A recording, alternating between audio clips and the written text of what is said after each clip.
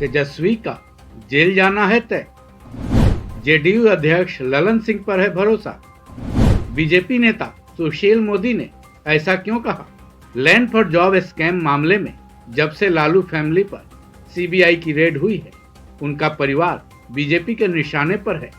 BJP इस मामले में लगातार लालू फैमिली, खासकर बिहार के डिप्टी सीएम तेजस्वी यादव पर निशाना साध रही है।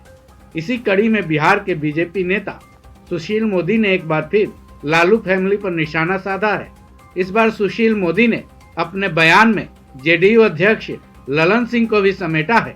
सुशील मोदी ने साफ तौर पर कहा है कि बिहार के डिप्टी सीएम तेजस्वी यादव का जेल जाना तय है। इसके लिए उन्होंने ललन सिंह पर भरोसा जताया।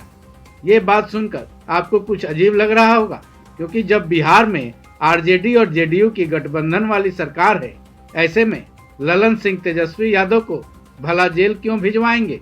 आपकी इस शंका का समाधान सुशील मोदी ने अपने इसी बयान में दिया है।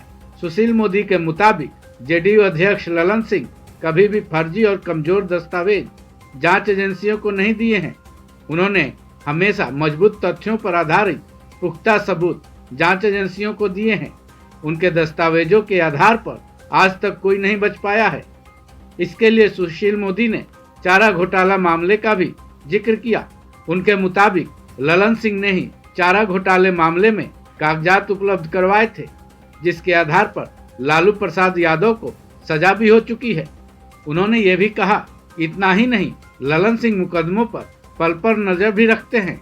सुशील मोदी के मुताबिक रेलवे की नौकरी के बदले जमीन घोटाले के मामले में सारे कागजात 2008 में ललन सिंह ने तत्कालीन प्रधानमंत्री को दिए थे। उन्होंने ये दावा भी किया कि चूंकि उस वक्त यूपीए की सरकार थी और राजद यूपीए का हिस्सा थी, इसलिए उस वक्त फाइलों को गायब करा दिया गया था। लेकिन 2014 में एनडीए की सरकार के आने के बाद वही कागज फिर से सौंपे गए। ये मुकदमा तो कभी बंद ही नहीं हुआ था। इतना ही नहीं, सुशील मोदी ने कहा, चूंकि ये कागजात ललन सिंह ने ही दिए थे, इसलिए अब वो डरे हुए हैं, क्योंकि उन्हें भी पता है कि कागज कभी नहीं मरते, वहीं फाइलें भी कभी बंद नहीं होती हैं।